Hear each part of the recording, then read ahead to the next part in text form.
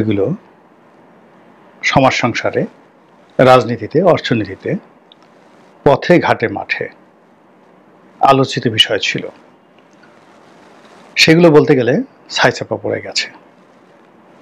আমরা শেখ হাসিনার বিচার, আওয়ামী লীগের বিচার, আওয়ামী লীগের নিষিদ্ধ হওয়া,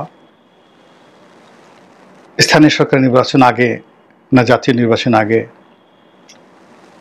জাতীয় নির্বাচন কি ডিসেম্বরে হবে না জুনে হবে, তারপর নির্বাচন হলে কোন দল জয়লাভ করবে, কিংস পার্টি যারা করছেন তাদের ভবিষ্যৎ কি, এ যাবৎ প্রায় 70-80টি কিংস পার্টি গঠন করা হয়েছে, তারা কিসের লোভে করেছেন, কেন করেছেন, তাদের ভবিষ্যৎ কি, ইত্যাদি বিষয়গুলো নিয়ে কিন্তু গত 6-7 মাসে আমরা যে আলোচনা করেছিলাম তা চায়ের টেবিলে রীতিমতো ঝড় তুলত। এরপর সাম্প্রতিক সময়টিতে চট্টগ্রাম বন্দর বিদেশিদের হাতে দেয়া হবে পরিচালনার জন্য। তারপর চট্টগ্রামে যে উন্নয়ন, সেই উন্নয়নের নতুন মাইল ফলক স্থাপিত হচ্ছে, আরেকটি বড় ব্রিজ তৈরি হচ্ছে কর্ণফুলী নদীর উপর, সেটি নিয়ে আলোচনা হচ্ছে। তারপর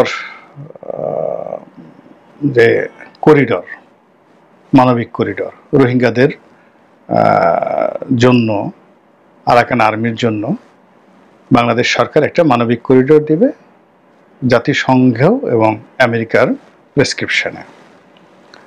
এরপর চট্টগ্রাম অঞ্চলে, তারপর কক্সবাজার অঞ্চলে আমেরিকান সৈন্যদেরকে দেখা যাচ্ছে, এগুলো নিয়ে খুব আলাপ আলোচনা হচ্ছে।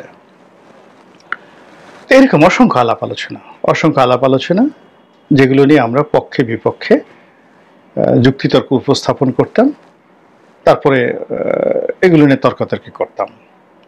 আমরা বলতাম যে বিএনপির সঙ্গে জামাতের হঠাৎ করে এরকম সম্পর্ক খারাপ হলো কেন, আওয়ামী লীগ যতক্ষণ পর্যন্ত নিষিদ্ধ হয়নি ততক্ষণ পর্যন্ত আমরা ক্যালকুলেশন করতাম যে জামাতের সঙ্গে কি আওয়ামী লীগের বন্ধুত্ব হবে নাকি বিএনপির সঙ্গে আওয়ামী লীগের বন্ধুত্ব হবে। আমরা আলোচনা করতাম বাংলাদেশের রয়ের এজেন্ট কারা কারা, ভারতের দালাল কারা কারা, দিল্লির কথায় কারা বাংলাদেশ চালাচ্ছে। আমরা আমেরিকান লবিস্ট যারা আছেন বাংলাদেশে, আমেরিকার যারা লোকজন রয়েছে তাদেরকে নিয়ে আলাপ আলোচনা করতাম। এখন এইরকম যে গত 7 মাসের যদি এরকম 1000টি প্রসঙ্গ নিয়ে আমরা আলাপ আলোচনা করে রাজনীতির যে মাঠ এবং ময়দান সরগরম করে রাখতাম, এই পুরো বিষয়টি গত 4-5 দিন ধরে দুটো বিন্দুতে এসে থেমেছে। সমস্ত অর্থাৎ 1000 ইস্যু দুটো বিন্দুতে এসে গেছে। একটা বিন্দুর নাম জেনারেল ওয়াকারুজ্জামান, আরেকটি বিন্দুর নাম ডক্টর মোহাম্মদ ইউনূস। এই দুটো বিন্দুর সামনে পেছনে উপরে নিচে কেউ নাই, কিচ্ছু নেই, সব কিছু ধামাচাপা পড়ে গেছে। এখন বক্তব্য হলো কে থাকবেন, ডক্টর মোহাম্মদ ইউনূস থাকবেন ক্ষমতায় নাকি জেনারেল ওয়াকারুজ্জামান থাকবেন, কে জিতবেন, ডক্টর মোহাম্মদ ইউনূস না জেনারেল ওয়াকার, কে ভালো হবে আমাদের জন্য, ডক্টর মোহাম্মদ ইউনূস নাকি ওয়াকার, তারপর কে বেশি জনপ্রিয়, ডক্টর মোহাম্মদ ইউনূস নাকি ওয়াকারুজ্জামান, ইউনূসের সঙ্গে কারা কারা আছেন, ওয়াকারুজ্জামানের সঙ্গে কারা কারা আছেন, এই বিষয়গুলো নিয়ে কিন্তু ভীষণ রকম আলোচনা হচ্ছে। এর কারণ হলো যে শুধু আমাদের দেশ নয়, সারা দুনিয়াতে সামরিক বাহিনী খুবই গুরুত্বপূর্ণ একটি অঙ্গ রাষ্ট্রের। বিশেষ করে যে সকল তৃতীয় বিশ্ব রয়েছে সেখানে সেনাপ্রধান, সেনা বাহিনী, তাদের সঙ্গে আসলে কোনো রাজনৈতিক দল বা রাজনৈতিক পক্ষ সংঘাতে জড়ায় না, এমনকি আমেরিকাতেও নয়। পুতিন জড়িয়েছিলেন তার দুজন জেনারেলের সঙ্গে, এবং দুজন জেনারেল কি এমন একটা অবস্থায় পৌঁছে গিয়েছিল যে পুতিন মারা যেতে পারতেন। এর কারণ হলো তার যে ভাড়াটিয়া ভাগনার বাহিনী, তাদের সঙ্গে যখন তাদের মতদ্বৈততা শুরু হলো তখন তারা ইউক্রেনের যুদ্ধের ময়দান ছেড়ে পুরো মস্কো আক্রমণ করার জন্য মস্কোর দিকে তারা ধাবিত হতে থাকলো। এটা মিস্টার পুতিনের জন্য একটা বিরাট সমস্যা ছিল, এবং সেই সমস্যা তিনি সেই ভাগনার বাহিনীর প্রধানকে কৌশলে নিয়ে তাকে মেরে ফেলে সমস্যার সমাধান করেছেন। একইভাবে তার একজন খুব শীর্ষ জেনারেল, যেখানে এই ইউক্রেন যুদ্ধের বিরোধিতা করেছিল, তাকেও তিনি শেষ করে দিয়েছেন। কিন্তু সমস্যা হয়েছিল বারাক ওবামার সময়। বারাক ওবামার সময়টিতে বারাক ওবামার সাথে তখন জয়েন্ট চিফ অফ স্টাফ এর সাথে, অর্থাৎ যিনি 3 বাহিনীর প্রধান, তো তার সঙ্গে বারাক ওবামার একটা মতদ্বৈধতা শুরু হয়ে গেল, এবং এটা নিয়ে কিন্তু বারাক ওবামাকে প্রচণ্ড রকম ঝামেলা পোহাতে হয়েছিল।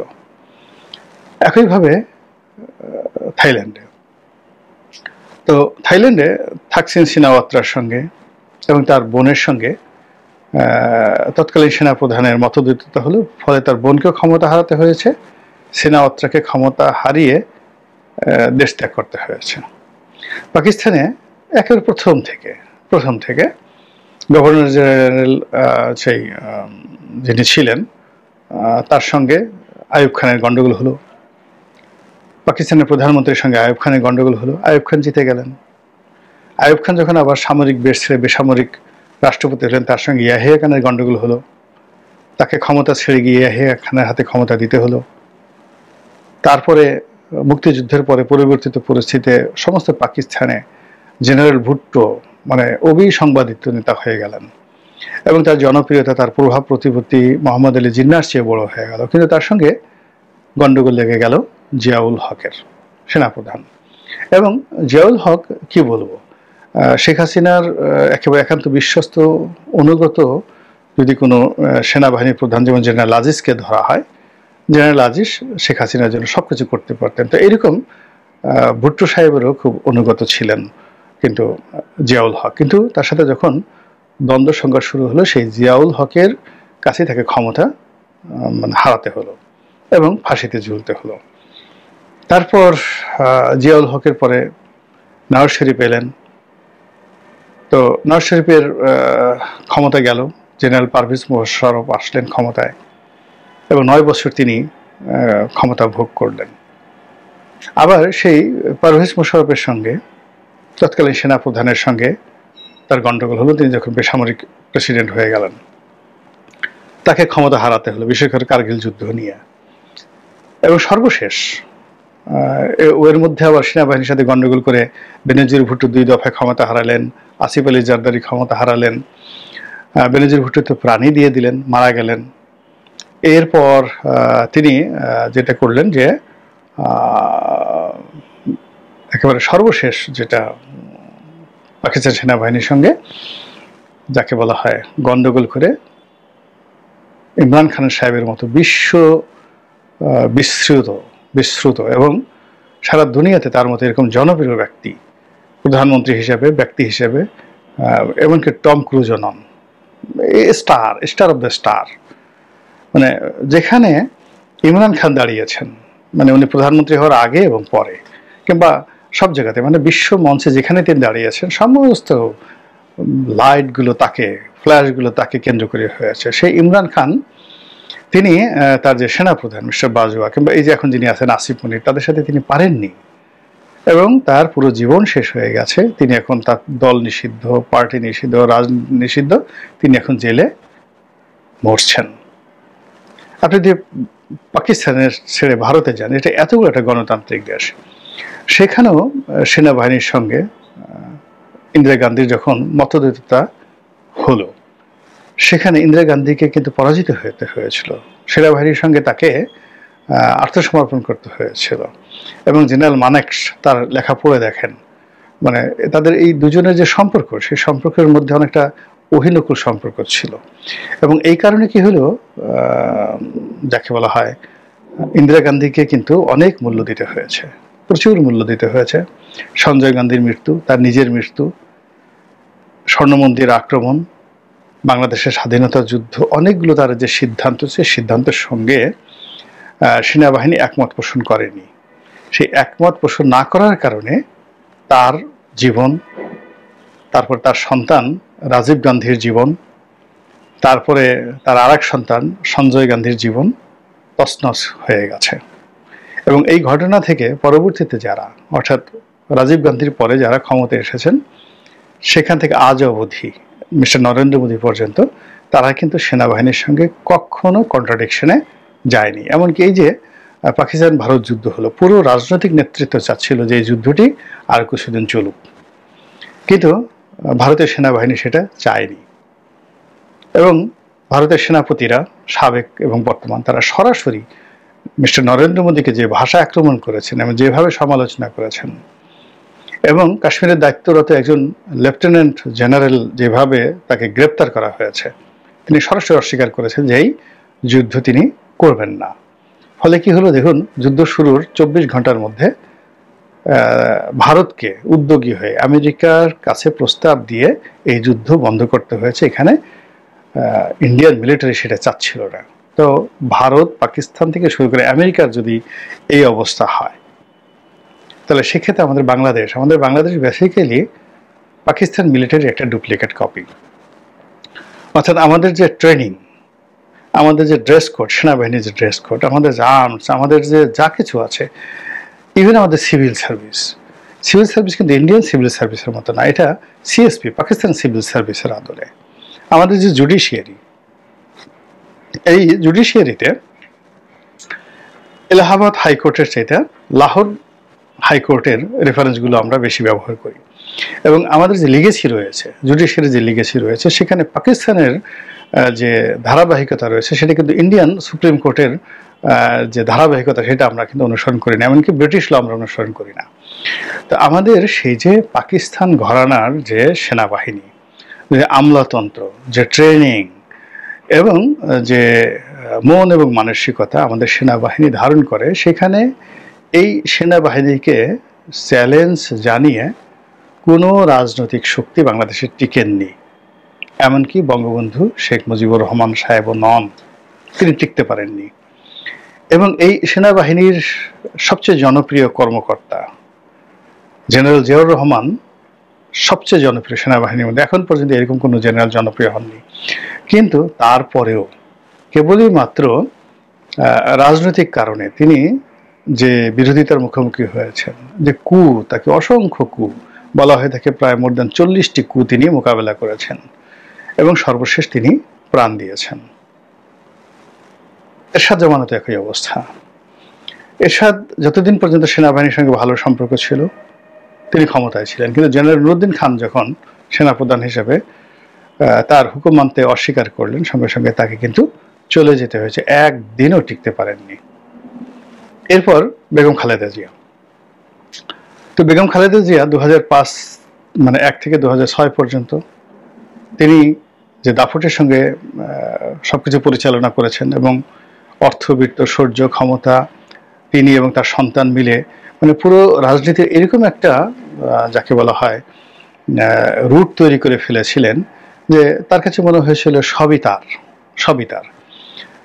এবং সেনাবাহিনী তিনি যাদেরকে নিয়োগ দিয়েছিলেন, জেনারেল মইনু আহমেদ থেকে শুরু করে, মানে যেমন তারেক সিদ্দিকী সাহেব সবকিছু দেখতেন শেখ হাসিনার জামানাতে, তো দ্রুপ সাইদ ইস্কান্দার সাহেব সেনাবাহিনীর সমস্ত বড় বড় রিক্রুটমেন্টগুলো তিনিই করতেন। তার ঘনিষ্ঠজন বা তার বোধহয় ভাই এরকম কিছু একটা হবে, জেনারেল মাসুদ উদ্দিন। তারপরে আবার জেনারেল মইনু আহমেদও সেই সাইদ ইস্কান্দার সাহেবের পছন্দের লোক। তো এত কিছু সাজানোর পরেও কিন্তু সেই সেনাবাহিনীর হাতেই তাদের পতন হয়েছিল, তারা থাকতে পারেননি। আবার শেখ হাসিনার কথা চিন্তা করেন। শেখ হাসিনা 2014 সনের পর থেকেই সেনাবাহিনীকে একেবারে নিজস্ব ঘরানার বাহিনী বানানোর জন্য তিনি সর্বোচ্চ চেষ্টা করতে থাকলেন। তিনি প্রথমে ইকবাল করিম ভূঁইয়াকে পেলেন। তো তিনি যখন ইকবাল করিম ভূঁইয়া দায়িত্ব নিলেন, তিনি ছিলেন one of the smartest, professional এবং জনপ্রিয় সেনা কর্মকর্তা। কিন্তু 2014 সনে এই ইকবাল করিম ভূঁইয়ার নেতৃত্বেই একটি যাকে বলা বিনা প্রতিদ্বন্দ্বিতার নির্বাচন হয়। এরপরে জেনারেল ইব্রাহিম করিম ভূঁইয়া, তার স্ত্রী, তার আত্মীয় স্বজনদেরকে সেনাবাহিনীর মধ্যে কালার্ট করার জন্য চাণক্য নীতি প্রয়োগ করে যা করার সবকিছু শেখ হাসিনা করেছেন। ফলে আমরা বাইরে থেকে জেনারেল ইব্রাহিম করিম ভূঁইয়াকে যেভাবে জানি, তারপর তার যে অতীত রেকর্ড, সেই রেকর্ড হিসেবে তাকে যেভাবে জানি, সেনাবাহিনীর ভিতরে কিন্তু তার সম্পর্কে যে ধারণা, সেটি তার যে 2013 সন পর্যন্ত তার যে ক্যারিয়ার, এবং 2013 সনের পরে আজ অবধি তার যে ক্যান্টনমেন্টের বাইরে যে ক্যারিয়ার, এটার সঙ্গে মানে আপনি যদি রাওয়া ক্লাব ধরেন, সেনা ক্যান্টনমেন্টের ভিতরে ধরেন, এগুলোর মধ্যে কন্ট্রাডিকশন হয়, এবং এই জিনিসটি শেখ হাসিনা করে দিয়েছেন যে জীবনে যেন সে আর মাথা উঁচু করে দাঁড়াতে না পারে।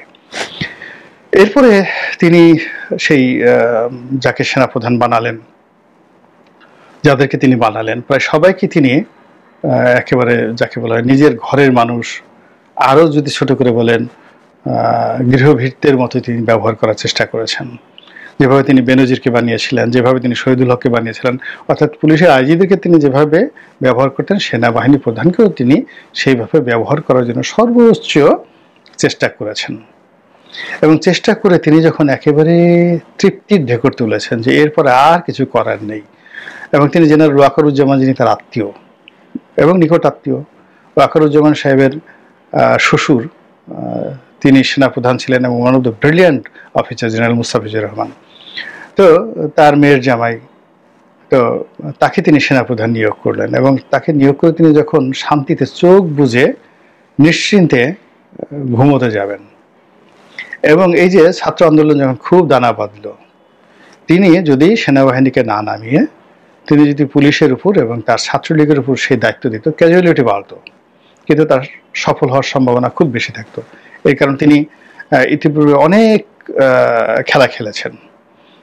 2015-16 সালে তিনি সেই বিএনপির জ্বালাও পোড়াও আন্দোলন, যেটাকে আওয়ামী লীগ বলে, সেটাকে দমন করার জন্য বিএনপি যদি একটা অকারেন্স ঘটাতো, আওয়ামী লীগ 10টা অকারেন্স ঘটাতো এবং বিএনপির ঘাড়ে চাপিয়ে দিত।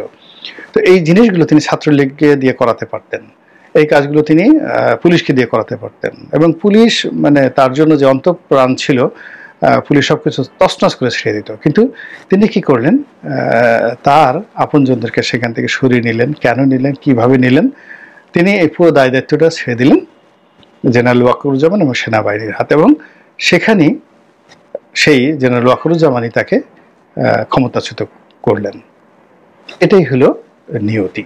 তো যার জন্য এই যে সেনাবাহিনী, বিশেষ করে সেনাবাহিনী, এটা আমাদের দেশে নয়, সারা দুনিয়াতে মহাকালে সবসময় খুবই গুরুত্বপূর্ণ। ফলে এদের সঙ্গে যখন রাজনৈতিক অফিসগুলোর বা রাজনৈতিক মহলের দ্বন্দ্ব হয়, সংঘাত হয়, প্রায় সব ক্ষেত্রে সেনাবাহিনী জয়লাভ করে, কিছু কিছু ক্ষেত্রে সেনাবাহিনী পরাজিত হয়, এবং সেক্ষেত্রেও কিন্তু সেই রেস থেকে যায়, এবং এটা আরও বহুদিন পরে আরও নতুন করে রিভার্স হয়ে যায়। যেমন দেখা গেল একজন রাজা বিজয়ী হলেন, তিনি সবাইকে শাস্তি দিলেন, কিন্তু দেখা গেল রাজার ছেলে বা রাজার নাতি তারা আবার সেই সেনাবাহিনী দ্বারা পরবর্তীতে মারাত্মক ক্ষতিগ্রস্ত হন, কারণ এটা একটা সংঘবদ্ধ বাহিনী, এখানে সব কিছু রেকর্ডে থাকে। যেমন ধরুন বাংলাদেশে এই যে জুলাই আগস্ট বিপ্লবের সময় যে সকল অকারেন্সগুলো ঘটেছে, থানা আক্রমণ হয়েছে, পুলিশ হত্যা হয়েছে, সেনাবাহিনীর গাড়ি পোড়ানো হয়েছে, বিশ্বাস করেন আজ থেকে 100 বছর পরে হলেও এর প্রতিটি জিনিস কড়ায় গণ্ডায়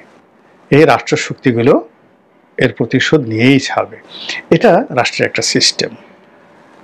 এই সিস্টেমটা মধ্যযুগে ছিল, এই বাংলায় ছিল, প্রাচীন যুগে ছিল, সারা দুনিয়াতে ছিল, তারপরে শেষে আধুনিক কালে আছে।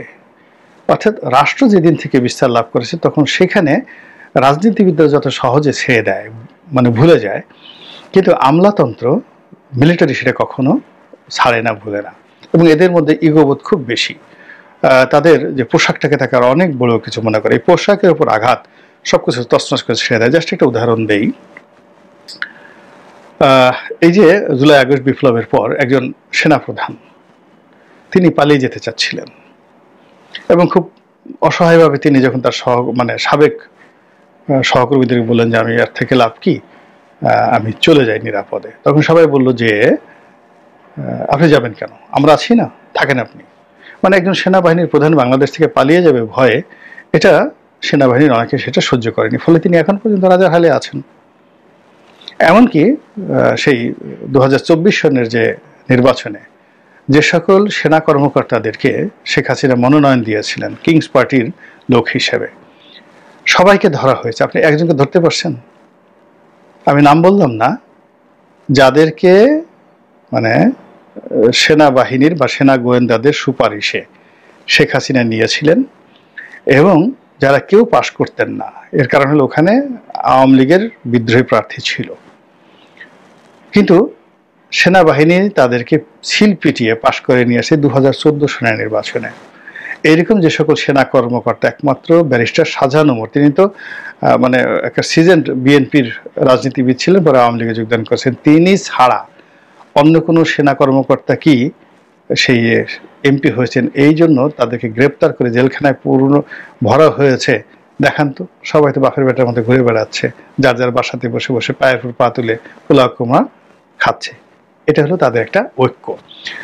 তো সেই দিক থেকে ডক্টর মোহাম্মদ ইউনূস, তিনি ইজ এ সিঙ্গেল পার্সন। তো সিঙ্গেল পার্সন হিসেবে তার যে জনপ্রিয়তা যেটা আছে সেটা অসংগঠিত। আর অন্যদিকে যেটাকে বলা হয় জেনারেল ওয়াকারুজ্জামান, তার যে জনপ্রিয়তা এটা সংঘবদ্ধ, সিমেন্টেড। তো কাজেই সিমেন্টেড জনপ্রিয়তার সঙ্গে যাকে বলা হয় অসংবদ্ধ জনপ্রিয়তা কখনো